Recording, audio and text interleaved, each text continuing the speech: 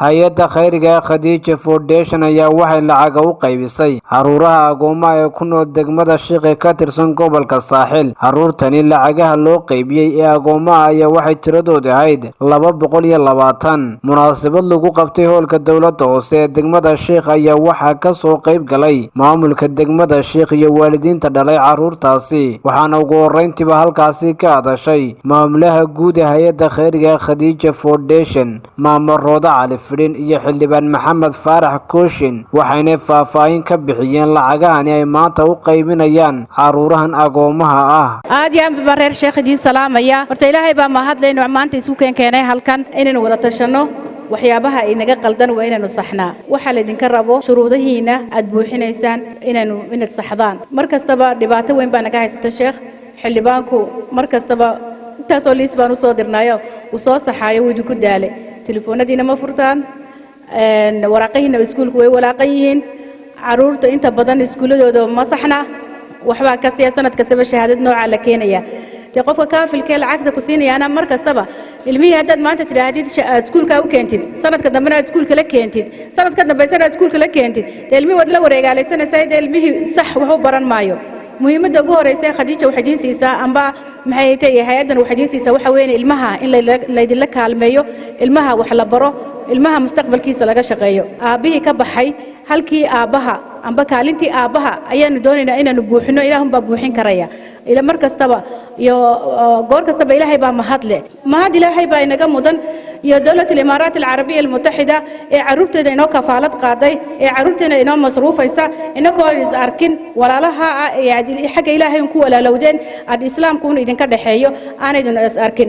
duca iyo maxay haytay bay idinka mudan yihiin, inaguna inaan u ducayno iyaga ayay mar kastaba naga mudan yihiin. iyo wixii idin shaqaynay dadkii idin shaqaynayo dhan iyo maamulkiinaba duca idinka mudan yihiin. Ilaahay idinkana ha idin barakeeyo, ubad khayr qana ubadkiina ubad khayr la idinka dhigo. ilmaha report baa laga rabaa caafimaadkiisa, maxay haytay siduu u koraayo iyo maxay haytay waxbarashadiisa. Ilaahay subhanahu wa ta'ala fadli badan buu ku tilmaamay in loo naxariisto sida xadiiska nabiga kaleey salaatu wasalaam inoo tilmaamay. qofka agoon si naxariis la madaxiisa ugu salaaxa waxa loo qadara ama ajr looga dhigaa timihiisa ajr leeg ayaa la siiya. marka agoontu ciyaar maaha, agoon wada korinayna insha Allah ta'ala. dadka muxsiniinta aanan aqoonayn ee lacagta inoo soo dira sanad walba iyagana insha Allah ta'ala ducay nooga baahan yahay inaynu ducayno oo mahadnaqno. Ilaahay baa mahad subhanahu wa ta'ala. waalidiinta dhalay caruurtani oo iyaguna halkaasi ka hadlay ayaa waxay u mahadnaqeen hay'adda khayriga Khadiija Foundation. waalidow hadaan ku hadlayno anigoo ku hadlaya afka waalidiinta, waalidka waxa xil waajib weyn ka saaran yahay ilmaha inuu wax baro. waxa lala dagaalamayaana waa jahliga, jahliguna waa wax xun. aqalkaasi marka uu madow yahay iyo marka uu iftiinka leeyahay ma isku mid baa? ilmaha wax barta iyo ka aan waxba barana sidaas aan isku mid ahayn. ilmuhu hadduu aabihii waayay ciddii waalidahe markaa u hadhee Ilaahay u reebo ayay dhakada ka saaran tahay. kuwaanu qoray iyagoo maalintii Maama Khadiija ay qoraysay caruurta ugu horeysay aanu qoray waxay ahaayeen dugsi hoose. markaa qaar baa dugsi dhexe wareegayay, qaarna dugsiga hoose ay bilaabeenba. inankii maalinta aan qoray maanta waa form 3. maayir ku-xigeenka degmada Sheekh Cabdi Cartan Xaaji Abukar oo isaguna halkaasi ka hadlay ayaa waxa uu mahadnaqay hay'adda khayriga Khadiija Foundation. waa ogtiin nabigu sallallahu alayhi wasallam wuxuu yiri anigu qofka agoon u gargaara yawmal qiyaamah saasan isku nahay. dadkiina nasiib baad leedihiin caruurtiina u faa'iideeya. waxaan u mahadnaqayaa marka hore Rooda iyo hay'adeeda Khadiija Foundation bisha casay Imaaraadka oo lacagta soo bixisay. shuruudaha la idinku xidhay fuliya halaali xil idinka baxdo fuliya.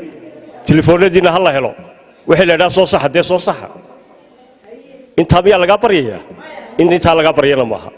fadhigaagii baa lagu keenay, gurigaagii baa lagu keenay, dad baa ku shaqaynaya, dayarado kala raacaya, caalamka oo kala raacaya, dad baa lacagtoodii iska soo jaray oo mushaarkoodii ka soo jaray. sida lagu qiimeeyo adiguna u qiimee.